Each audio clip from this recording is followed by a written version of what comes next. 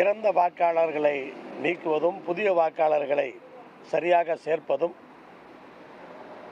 அப்படின்னு பார்க்குறப்ப அது நேராக தெரியும். ஆனால் பீகாரிலே நடந்த அந்த குளறுபடிகள், வாக்குகளை காணோம் என்று சொல்வதெல்லாம் பார்க்கும் பொழுது ஜாக்கிரதையாக இருக்க வேண்டிய அந்த அவசியம் இருக்கிறது. தமிழ்நாட்டினுடைய முதலமைச்சர் அவர்கள் கூட்டணி கட்சிகளுடைய கூட்டத்தை போட்டு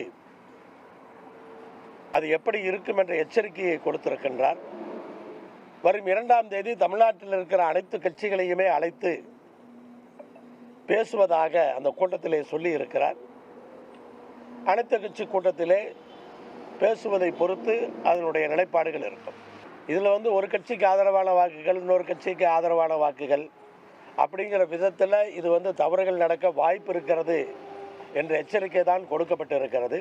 ஆனால் அதே சமயத்தில் நம்ம ரொம்ப ஜாக்கிரதையாக இருக்க வேண்டிய அந்த அவசியம் இருக்கிறது. மக்கள் விழிப்புணர்வோடு இருக்கணும். எல்லா கட்சியை சார்ந்தவர்களும் அந்தந்த பகுதியிலே அது நடக்கும் பொழுது கூட இருந்து கவனமாக இருக்க வேண்டும். பீகாரை போலவே தமிழ்நாட்டிலும் சட்டப்பேரவை தேர்தலில் குழப்பம் விளைவித்து பாஜக கூட்டணியை வெற்றி பெறச் செய்வதற்கு சதி நடக்கிறதோ என்ற சந்தேகத்தை எழுப்புகிறது. எனவே உச்சநீதிமன்றம் அடுத்த விசாரணை நவம்பர் 4ஆம் தேதி போட்டிருக்கிற நேரத்தில் அதற்கு உள்ளாகவே இப்படியான அறிவிப்பை தேர்தல் ஆணையம் செய்திருப்பது கண்டனத்துக்குரியது. இது சட்டவிரோதமானது. எனவே இந்த நடவடிக்கையை நிறுத்த வேண்டும் என்று கேட்டிருக்கிறோம். மாண்புமிகு முதலமைச்சர் அவர்கள் இதற்காக நவம்பர் 2ஆம் தேதி அனைத்து கட்சி கூட்டத்தை கூட்டியிருக்கிறார்கள்.